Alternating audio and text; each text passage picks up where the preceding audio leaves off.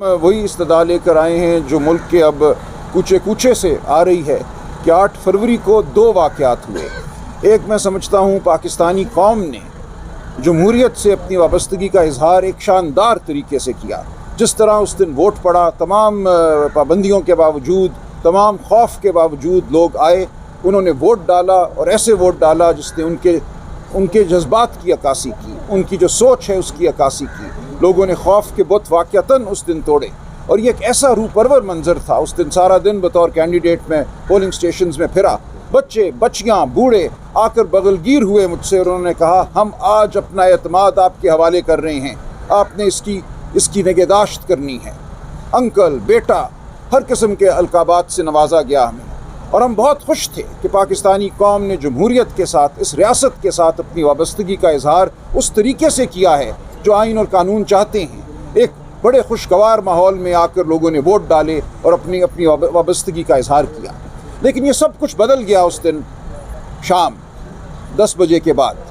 उस दिन शाम 10 बजे किसी ने यह फ़ैसला किया कि पाकिस्तान की जमहूरियत पर हमला करना है, मखसूस हलकों में जो नताइज हैं उनको तब्दील करना है। अब ये फ़ैसला किसका था? ये उन हलकों में फ़र्दन किसी ने ये फ़ैसला किया। उन हलकों में जो लोग थे जो फ़ैसला करने की सकत रखते थे, या ये फ़ैसला कहीं और हुआ, मुझे इसका इल्म नहीं है। लेकिन उसके बाद जो मंज़र हमने देखा वो अंदोनाक था। मुझे ख़ुद हल्का यानी 128 में वहाँ के आरओ ने और वहाँ मुकर्रर पुलिस ने पकड़ कर गरिबान से निकाल दिया आरओ के दफ्तर से बाहर। मेरी बेगम साहबा मेरे साथ थी, मेरे इलेक्शन एजेंट के तौर पे हमें बार दुत्कारा गया और हमारे पूछने पर सिर्फ ये कहा गया कि आपको यहाँ बैठने की इजाज़त नहीं है। उसके बाद जो हुआ वो एक सानिया था। हमें जो प्रिजाइडिंग अफसर से फॉर्म 45 मिले जो कि मौसूल हो रहे थे, उनमें मैं 90,000 से ज़ायद की लीड से जीत चुका हूँ ये इलेक्शन, यानी 128 से। लेकिन अगले दिन 1 बजे जो फॉर्म 47 शाया किया गया, उसमें मेरी जीत को 12,000 वोटों से शिकस्त में तब्दील कर दिया गया। मुझे 1,60,000 वोट दिखाए गए और मेरे मद्दे मुकाबिल को 1,72,000, जबकि हमारे पास जो फॉर्म है उनमें उनके वोट 60,000 से ऊपर नहीं जाते। लिहाजा एक ऐसा हौलनाक अमल किया गया, 1,10,000 वोट जाली जो हैं वो कहीं से पैदा करके डाले गए। ये जमहूरियत की तौहीन तो है ही, ये उन लाखों लोगों की तौहीन है जिन्होंने उस दिन बाहर निकल कर वोट डाला। हम इस तौहीन के ख़िलाफ़ खड़े हैं, जो एतमाद को ठेस पहुँचाई गई है लोगों के, उसके लिए हम खड़े हैं, हम लड़ते रहेंगे। ये बताएं कि आप इससे पहले मुस्लिम लीग नून अभी जो इलेक्शंस हुए उसकी बेनिफिशरी है। आप मियां नवाज शरीफ के लिए करोड़ों रुपए फीस लेके आप उनके केसेस लड़ते रहे।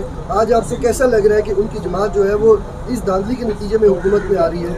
देखिए, मुझे बहुत अफसोस हो रहा है। हम जो मुकदमे लड़ रहे थे 2017 में, वो क्या मुकदमे थे? हम यही कह रहे थे कि अदालती अमल के ज़रिए रजीम चेंज नहीं होना चाहिए इस मुल्क में। अवाम को मौका दें कि वो मुंतखब करें किसने हुकूमत में रहना है, किसने हुकूमत में नहीं रहना। ऐसा नहीं होना चाहिए कि आप JITs बनाएं, अदालतों को बिठाएं और उनके ज़रिए किसी के नाम पे सुर्ख लकीर लगाएं और उसको बाहर निकाल दें।